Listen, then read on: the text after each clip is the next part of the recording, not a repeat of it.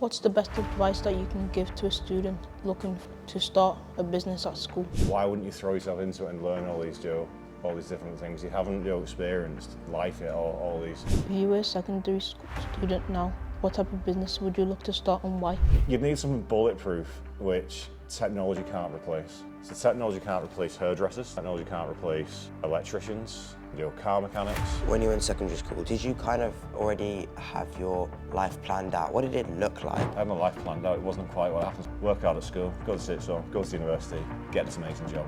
Forgot to do it all. So no, it didn't. It didn't work out, but I say it's...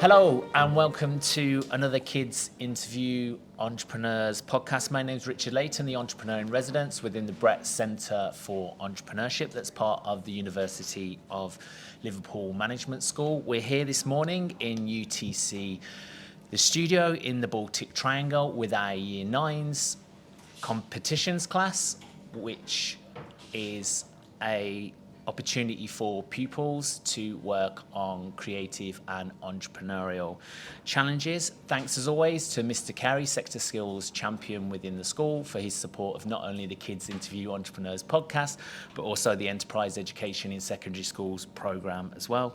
Thanks also to Jay for producing and directing the podcast. Our entrepreneur this morning is Mark Lochnan, Director of Homesure. And our two pupils who will be asking our entrepreneur the questions are Ahmed and Rene, and I'll now hand it over to you to ask the questions. Right, well, good morning. Morning. So what does Homesure Property do and how long have you run the business? Okay, so we do lots of things, but so it's about our main business, our main bread and butter. It's property management. So if there's a house, on any street, anywhere around locally, an investor will buy that house, but they don't want to then look after it. So the reason they buy the house is they want someone to move in and they want someone to pay them rent to live in there. However, the investor tends to be busy because they might not live locally, might live in London or somewhere across the world. So they need someone here to find a tenant, move them in, collect the rent, look after that tenant, make sure, because it's someone's home, make sure that the home's all looked after. If say a boiler breaks, it gets fixed. That's the bit we do in the middle, and then we charge the property owner a fee for doing that. So that's how we make most of our money. Why did you decide to start Homesure Property as opposed to running another type of business?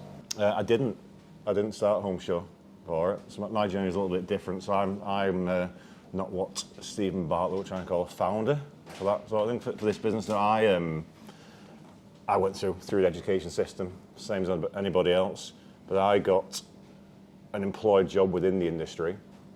So Nick, my business partner, was running Homesure, and he'd reached a point in time of where he really needed the partner to try and grow it a little bit further. So I actually met him via a recruitment consultant. So I was looking for a new opportunity. So what a recruitment consultant is if you run a business and you want a new member of staff, you go to a recruitment consultant that's going to try and find and match that person. So that's actually how we met. So I was employed originally. We had certain targets. So if you meet this and do this, we'll go equal on your shares. So yes, I didn't actually start. I mean, how I ended up in property is so I went to university, and when I left university, it's a very, very similar climate to how it is now, where basically it's incredibly hard for young people to get jobs. Like, it really isn't. At the time, when I was looking for work, I just couldn't get a job at all. And when I say couldn't get a job, not a job which I felt was beneath me, I just couldn't get a job doing anything. So I ended up going... My friend who went to the same university as me, he was in the same boat. We actually got a couple's job. So we aren't a couples, we're friends. But a couple's job at a campsite in Windermere, where they need somebody to come clean the toilets, run the bar and things like that. But we just took that for, get a break from the norm, where we get a bit of money and then start applying for proper jobs in inverted commas from there. So that's what we did. So then I was basically applying for anything and everything, but then a property job came up in St Helens, which is, so I'm from Widnes. So it was a lettings negotiator. So a lettings negotiator is someone who basically, when the property's empty, they'll go and find a tenant to go and live in that, and they'll also go and try and find more landlords of houses. So it's a sales role for it. It was incredibly low wages. It was I got paid £800 a month. So this is me. I was about 22, 23. So I got paid £800 a month, banged on. But it was work which it was quite clear if I backed myself, there's any a future in for it. So that's how I ended up in property, and then took to it, and then eventually met Nick for the opportunity and that. But no, I didn't actually choose to start Homesure. It's something which I ended up working my way into. Well, what were you like in secondary school, and were you an entrepreneurial student? It depends on what you class entrepreneurship as for it. So I have an opinion on entrepreneurship, which is, there's quite a famous quote, which is, and this is what I believe it is, entrepreneurship is spending a few years of your life like most people won't, so you can spend the rest of your life like most people can't. So if you put it into a school context, yes, I was entrepreneurial because I threw myself into everything. I'd be, you probably get a lot of people say, oh, I was a bad kid at school, or did this and I had a hustle. Not me at all. I was the model student. So, straight A student. If in plays, in the rugby team, the basketball team, anything opposite, voluntary work. Went to nursing homes to have chat with old people. So I went to Catholic schools. There's loads of stuff like that. If there was something there, I threw myself into it. Still on the geekier side. I wasn't in the cool crowd, and all of that. But most people wouldn't do that for it, and the progression was better for it. So entrepreneurship in that sense, I do what most people wouldn't do for it. So short answer is yes. What were your favourite subjects and what did you like best about school? My favourite subject, the same as everyone's favourite subject, which is PE, because you don't do any real work for it. You're playing rugby and football and things. And that, in terms of more traditional subjects, so I was academic for it. My favourite subject was history for it.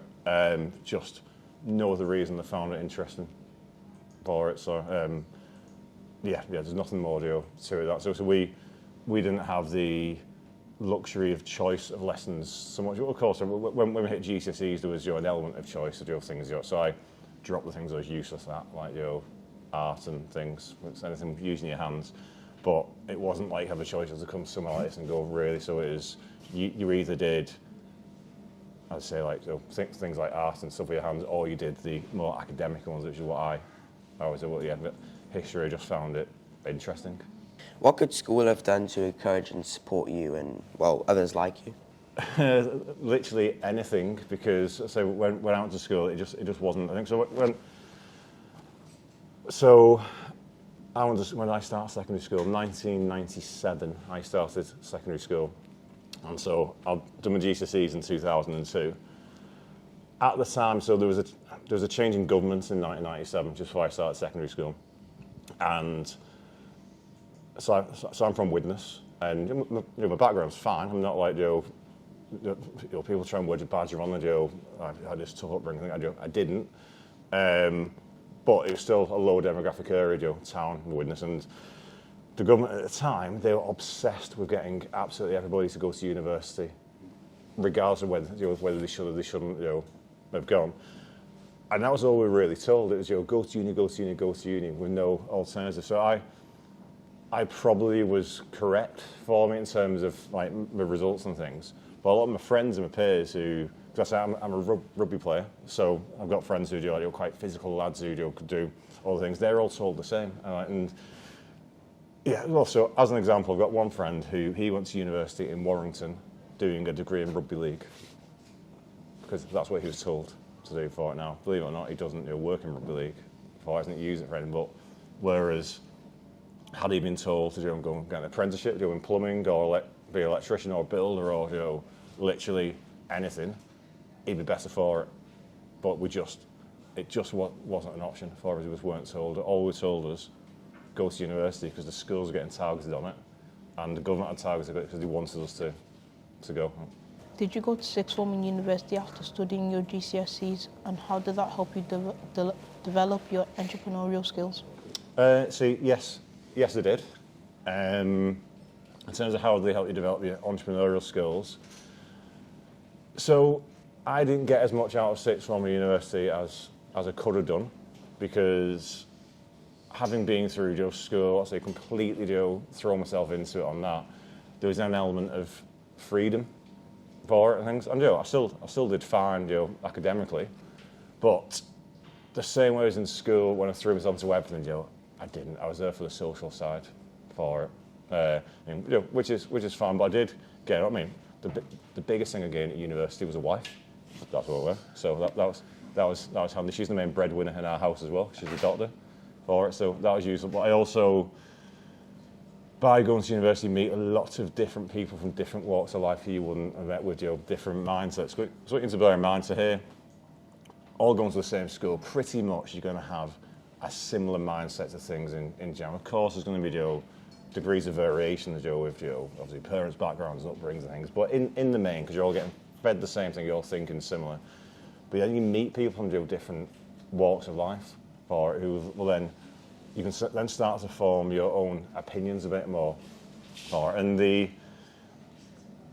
there's no doubt the people I met at university, if you're classing success in the rawest form of people who've done well financially, the ones who I met there have done the best for themselves. Not because they had any different real background-wise and things, it's just because you start to learn from each other and things on that. But that isn't the reason to go. So when I said we were just told to go, and it was relatively cheap there now, but in terms of the actual degree side of things, it's just a waste of time. I haven't used my degree at all. I've got a history degree because I was interested in it. I didn't think, but basically we were told that if you go to university, go to a red brick. So red brick be like a classic university, like the University of Liverpool. So choose a classic university, then do any proper subjects, one of the classics. So I did history because I was interested. And then if you do all that, when you're finished, there'll be this amazing job just waiting for you. There'll be loads of them. Just apply. That's what turns out there wasn't, and it was all a lie. So yes, I've got this, and not just me, all my peers got these worthless degrees. The only ones who got careers out of university, the ones who actually did proper vocational ones. So, for example, my wife, she did medicine. She wanted to be a doctor. So when you graduate from medicine, you become a doctor. Although, ironically, not so much anymore, because there's more kids going to medical school than there are places to be a doctor. So you can go and spend 5 years at medical school. You can go through school, then do 2 years sixth form, 5 years studying to be a doctor, racking up debt all the time. And then it's like, well, where's my job as a doctor? Sorry, we don't have enough roles. Bonkers. What did you do before joining Homesure Property, and what skills did you learn at the other business? Well, so, as I mentioned, so school, sixth form, university. Okay. So when I finished university, what a lot of people would do would then have a gap year before you go into the real world. Because remember, we've got all these amazing jobs waiting for us. So you can have another year messing around before you hit the real world for it. So that's what I did. So I went to Australia for a year when I was 21. So when I was over there, I decided that, well, I was always going to work when I was over there. It's like a travelling, working visa for it. So I was always going to work, pay my way. But I decided I didn't want just a job like you could get at home in Widnes, just labouring or whatever else, that sort of thing. I just wanted something a bit different. So that was my first experience in sales roles. So the first job I had was, if you're walking down the street, it might not happen so much because it's clear you're not going to be able to sign up to charities and things. But you see, walking down the street, see idiots stood there with all charity gear, trying to stop you and then say, "Can you sign up to this charity, please?" And basically just annoying the life out of people. So I did that, and I had a small salary for that, but then the bulk of it was commission. So ultimately, if you don't sign people up for the charity, you don't eat for it. To an extent, because of that role, I did get paid a little bit. But then I moved around, went to a different city, and then ended up with a out and out commission only. So if I didn't sell anything, I didn't get paid at all.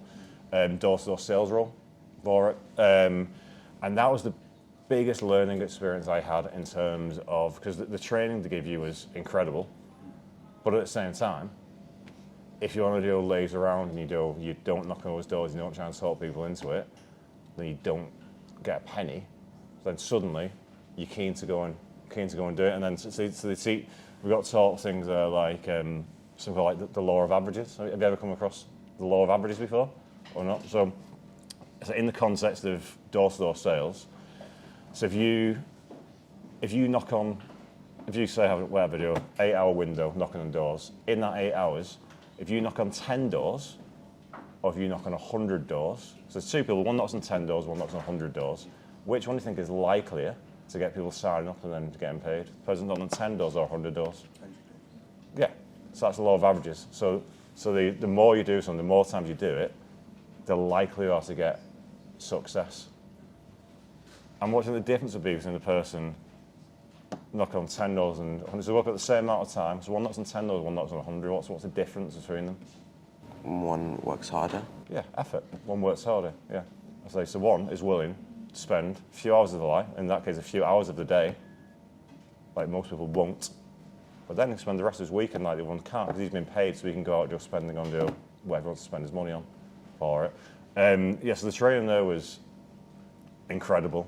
So you start to learn about sales, and that then ultimately is the underlying thing for everything in entrepreneurship, for running a business, because everything is negotiation, everything is sales, and it's underlined from all of that. So I did that, and came out from Australia, ready for this amazing job I was going to get. But at the time, the economy completely crashed. I'd say it's very similar to how it is now, but it crashed even worse than it is now. And there's just no jobs there at all. So I ended up, as I mentioned, this letting agency in St. Helens.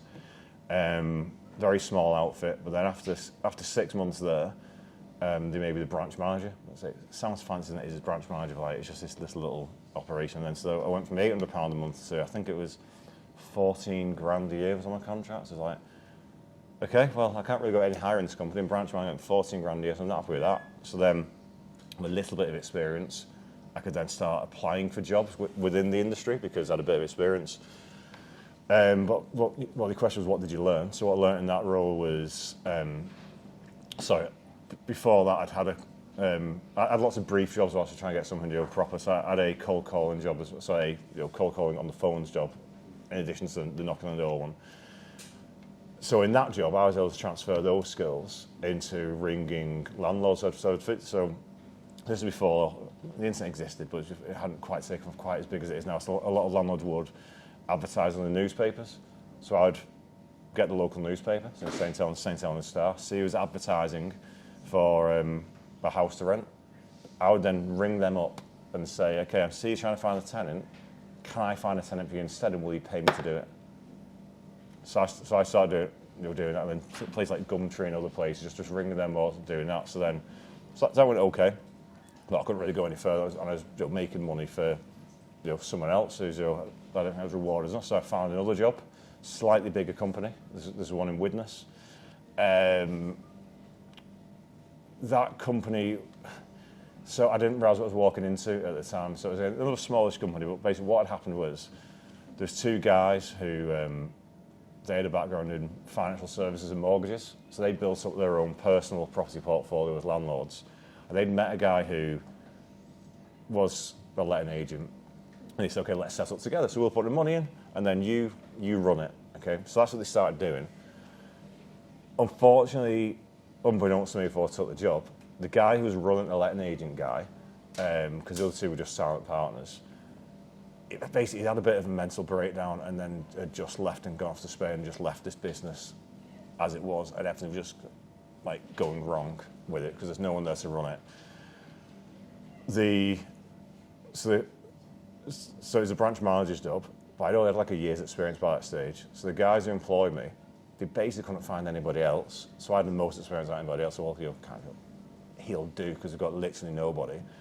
Someone with a year's experience walk into this, just this fire's going on. everywhere. Well, not actual fires, but so, things going wrong within people's property portfolios and repairs, and people haven't paid the rent or whatever else and things. So yeah, so it was a big introduction into you have to learn to try and deal with this and all that. So I was with that company so that company then kind of merged with another one, became quite big. It's quite a well-known estate agency locally now. I was involved in like the formation of that. But when I was in Widnes, I had these two guys who run it. They basically made promises. Look, you can be our third shareholder, this, that, and the other can grow. But then, when they kind of merged with other companies, then 5 people above me, so it then became clear there's not much further you can go. So, okay, well, however old I was, I'm 24, whatever. This is fine. I know I'm going to look offer more, but I don't be stuck in here this job. So I then started just looking for other jobs. That's why I went to recruitment consultants, which then is how I met Nick, my business partner, of which I was able to take into, because it was a small home show then, so it was literally just Nick and then me. So there's 2 of us. So take all that background in hardcore sales, which is if you're knocking someone's door and committing to Sanatsu, an energy provider, you don't eat. Then all like the cold calling sales, then the skills of ringing up landlords from the newspaper, then the understanding of, well, here's how to deal with all these problems in property management, you'll deal with all the repairs and everything.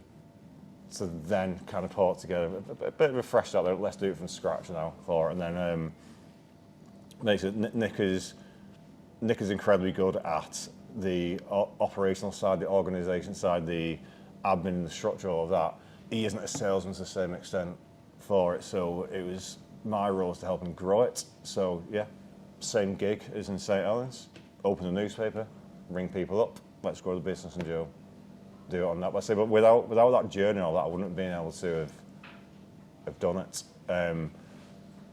What was also important to understand is, and this is with the entrepreneurial side of all of that, so that role I took in Homesure, which turned out to be the correct decision, was a risk, because Nick basically turned around to me and said, when I was leaving a job, I was looking to try and progress myself, and there's other offers on the table. He turned around and said, look, so this is in the October, I'm fed up, I can't do it on my own anymore, it's my birthday in May, if by May you haven't done these bits, we're just going to close it down. I'd have no job.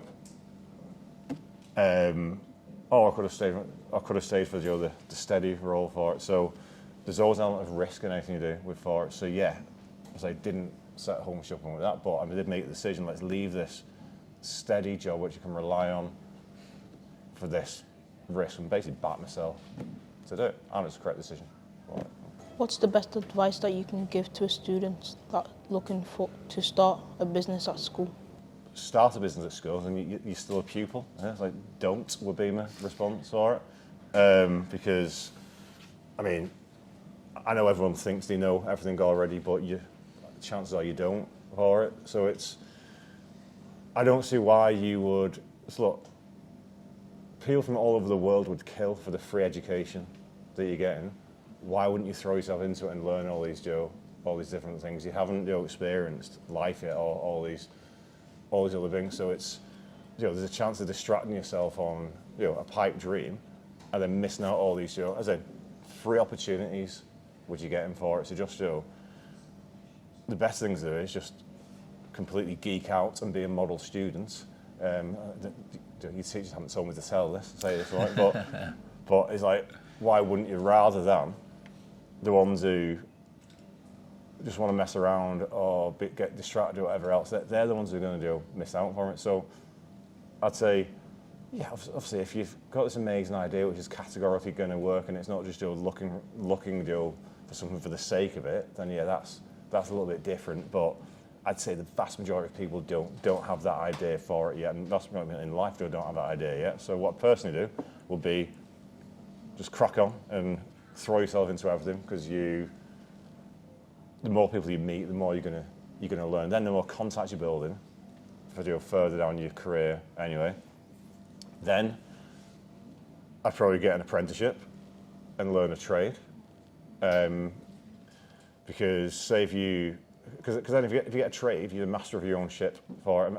So let's say you become a electrician, for example.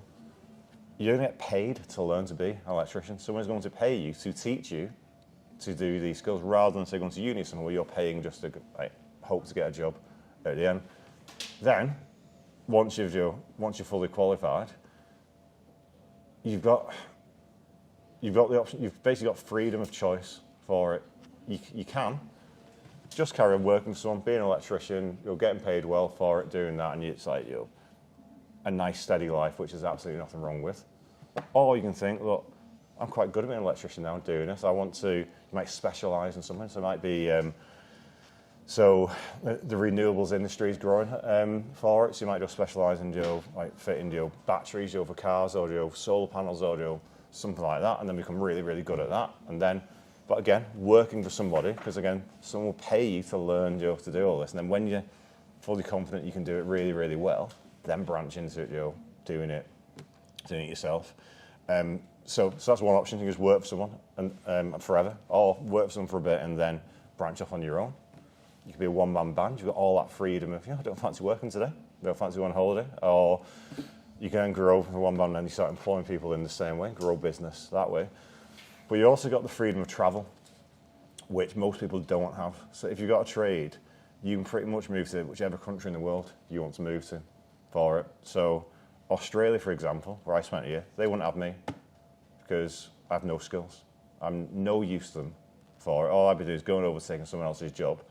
But if, I say, for example, you're an electrician, they take you, they fight for you, say, yeah, we don't have enough electricians, so you can go there. So by basically investing in yourself now and actually backing yourself in education, you can give yourself so much more freedom further down the line because you've got skills, and skills are worth something. Like say, if I'm an electrician now at home, I have to pay someone to come and do it because I can't do it myself. If I need a door fitting, I'm used to my hands. I can't fit a door myself. I have to pay someone to come and do it. But if you've got those skills, then you're the one getting paid to go and do it. But I say there's so many different. Depends on how big business. You can grow a big business with that, or you can just keep it as yourself. I said the main thing you've got is freedom. But so that's what I would do in school. If you were a secondary school student now, what type of business would you look to start and why? Yeah, well, I think I've skipped ahead of the question. So I say I wouldn't be starting a business. It would be, get an apprenticeship in something, and it would be, you'd need something bulletproof, which technology can't replace. So technology can't replace hairdressers. Technology can't replace plumbers. Technology can't replace electricians, car mechanics. Whether it may be something which someone physically is always going to be able to do, there'll always be a demand for. Because if you go into a service industry or a creative industry or anything, then yeah, you could be replaced by a robot or a machine or AI or anything. But if it's choosing something which it doesn't matter what happens in the world, then yeah, this is always going to be needed. Or, as I say, hairdressing, for example, will people's hair always grow? Yes, it will. So therefore, there'll always be a demand for it. Will we always need, running water in our houses with pipes? Chances are, yeah, we probably will. Gas is a funny one because in our lifetime we'll probably see a phasing out of gas for it. It's probably not the best idea going and becoming a gas engineer because they're getting rid of gas boilers. But the shift is towards electricity and nuclear and things like that. So it'll be something along the lines of it. There'd have to be an element of being interested in it, but I'd say something bulletproof, which I can't be replaced by a machine in the future, or someone can't do it themselves for free. So when you were in secondary school, did you kind of already have your life planned out? What did it look like at 12, 13, and did it go your way? Well, I had my life planned out. It wasn't quite what happened. My life was work hard at school, go to sixth form, go to university, get this amazing job. Because that's what we're told. So no, it didn't work out. But I say it's basically you can't always trust what you're told for it. And so we didn't even entertain any other wider narrative or options and things because we just took it for granted this thing was going to happen. And then when it didn't, when I say we all, it's like all my peers were all in the same boat. We all had to think on our feet and do something different. But as I say now, those same peers, they have set up businesses and things and been really successful, which wouldn't have happened had we not been in a situation of the economy crashing and basically not getting those jobs. We'd just have been more traditional 9-to-5 corporate jobs and things for it. So yeah, it's a good thing. There's an element of sulking about things. You have a choice: you can either sulk about it, or you can get on with it and be the master of your own ship. So the ones who don't sulk about and blame. If you look at politics as an example here, doesn't matter which party you vote for, the message they'll always give to you is, your rubbish life is someone else's fault. Vote for us. So it could be, your rubbish life is rich people's fault, or your rubbish life is immigrants' fault, however it is. But the message is the same. So someone will start thinking, well, that's fantastic. My rubbish life, I don't need to take self-responsibility for my own terrible life because it's the fault of rich people or immigrants or whatever it is. I say the message is the same, and most people are like that. Most people think, oh no, this has happened. So in our situation, look, the economy's crashed. Oh, not my fault. I'm just unfortunate, which is fine. It might not be your fault, but it's your responsibility to sort it out. And it's just having that attitude of the easy way out is to blame somebody else, and then just accept that's never gonna progress you for it. Brilliant. Thanks ever so much to Ahmed and Renee for asking our entrepreneur Mark the questions. We have a couple of closing traditions on the Kids Interview Entrepreneurs podcast. Our first closing tradition is to Simon Squibb you and ask you, what's your dream? Okay, well, we probably have different opinions on Simon Squibb, because I think he's very egotistical and full of nonsense for it. What's my dream? I'm not referring like that in terms of dreams for it. It's more, what's your life plan for it in terms of are you going to sort it out? So I'm of an age now when you're starting to look at your retirement. I've got kids, so I'll look at retirement for it for myself. So my wife works incredibly hard for it. It's such a rubbish job being a hospital doctor for it. Anything going to medicine, seriously don't, because it is. I can't tell you how horrendous it is, the shifts and things which you go through. So it is getting her freed up as quickly as possible so she doesn't need to do that anymore for it. She'll say different. It's like, see, we're in a position now where she could wind down, but when it comes to reality, she says, no, I don't want to because it's vocational, enjoy doing it, all of that. So we think probably 55 is our aim. I don't know if we ever will for it, just because ultimately everyone still needs something to do. I'm trying to get self set up so my kids, so I've got a 5-year-old and a 9-year-old, they're going to have the freedom of choice of doing what they want to do without then having the fear of financial restraints, getting repossessed, paying the rent or whatever behind them. So I'm going to invest. Well, I'm investing heavily in property and building a portfolio like that. So then that is their form. So they, if they want to be a ballerina or something, they can be a ballerina. If they want to go down a more traditional route, they'll be a barrister or something. They can do that today, but they'll have that element of choice. Therefore, whatever they want to do. So it's not so much I don't believe in dreams on that. It's because you take ownership of your own life. I'm a realist for it. So what is a realistic outlook? Well, yeah, it's build up a decent-sized pension and invest heavily in that. Because I can spend going back to what is entrepreneurship, spend a few years of your life like most people won't. Spend the rest of life like most people can't. So I've got a nice retirement like most people can't in the same way for it. Same as my kids, they're then set up so they can then have their career spent like most people can't. But we're not talking extravagance here. That isn't what we like. Just be comfortable with it, and then have the freedom to work if we want to work, and not because we have to work. I say fortunately we're in that position now, and we're choosing to work for it. But I was with a guy yesterday who he's well into his 80s, and he is through choice. He's still at it. He's built a lot of buildings in Liverpool city centre, flats, and specifically where I was with him, he's got a disused block in Liverpool city centre, of which there's planning permission for 2 3-bed flats and 4 2-bedroom flats. He is actually planning for inheritance, and it's a bit of a headache. He doesn't want to redevelop this, and he's passing this, so we're selling it to somebody else, but fine. But anyway, as this guy's getting to this building, there's these big industrial-sized bins. He's like pulling these bins out himself to open the door, and then we go upstairs, and then it's like I'm stood here, and then there's like a gap there, and there's a plank of wood going to where Jay is, and he's just like stood there on this plank. Or it's like, so some people just work because he doesn't have to. He probably has had to work since he was 40. Like 45 years later, he's still there. So that's the dream. It's the freedom to basically live your life as you want.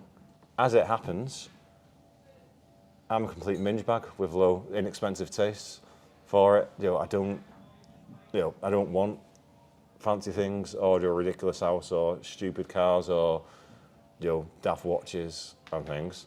So I'm quite easy to keep happy with them. It's easy to have the freedom of what I want.